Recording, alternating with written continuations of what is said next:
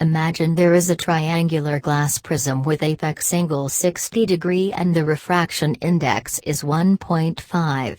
If there is a light beam incident with an angle, θ1, then, what is the smallest angle for θ1 such that the light ray can emerge from other side? Before we start the calculation, there is one important concept that we have to know clearly. What is apex angle? And how we define it? In geometry, an apex is the vertex which is in some sense the highest of the figure to which it belongs. The term is typically used to refer to the vertex opposite from some base. Now, the apex angle is 60 degree. There is a special relationship between apex angle and the θ2 and θ3. Since they are the normal line, which means they are perpendicular to the surface and the angle should be 90 degree minus θ2 and 90 degree minus θ3 respectively. In the top small triangle, 60 degree plus 90 degree minus θ2 plus 90 degree minus θ3 should be equal to 180 degree, by the reason angle sum of triangle. After some calculation, we can obtain the relationship between apex angle and θ2 and 3, which is θ2 plus θ3 equal to 60 degree. This formula will be used later. Now, we back to the question. When the light beam is incident from there with an angle θ1, which mean the light ray is go to one media from another media, then, refraction will occur. Since the refraction index of glass is larger than the refraction of air, the refracted angle is smaller than the incident angle.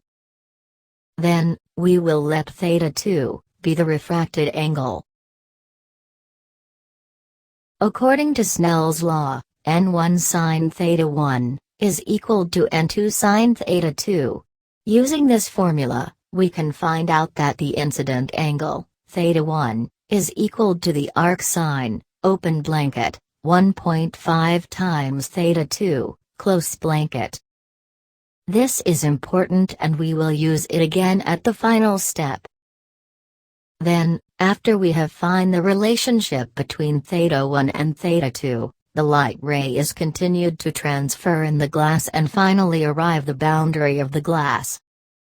Let this angle be θ3. If θ3 is larger to the critical angle, the total internal reflection will be occurred. And the light beam will be reflected in the glass. However, if the θ3 is smaller than the critical angle, θc, the total internal reflection will not occur and the light ray can emerge out with some refraction.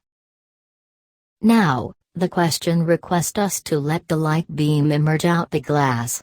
In order to let the light ray to emerge out, we have to achieve the case 2, which mean the θ3 has to be smaller than the critical angle. For the critical angle, sin θc is equal to the outside medium over the inside medium, which mean it is refraction index of air over the glass.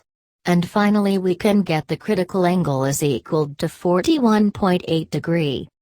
And the θ3 has to be smaller than 41.8 degree. Recalling the formula we have derived before in the apex angle part, the θ2 plus the θ3 is equal to 60 degree.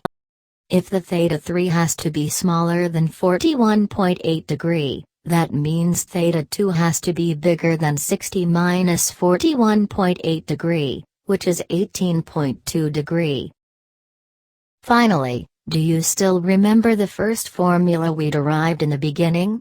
Since θ1 has is equal to arc sine, open blanket, 1.5 times sin θ2, close blanket. If the θ has to be larger than 18.2 degree, then by substituting the number and calculate it. Finally we can know the θ1 is larger than 27.9 degree. Therefore, the incident angle, θ1, has to be bigger than 27.9 degree, so that the light ray can emerge out from another side and avoid the total internal reflection.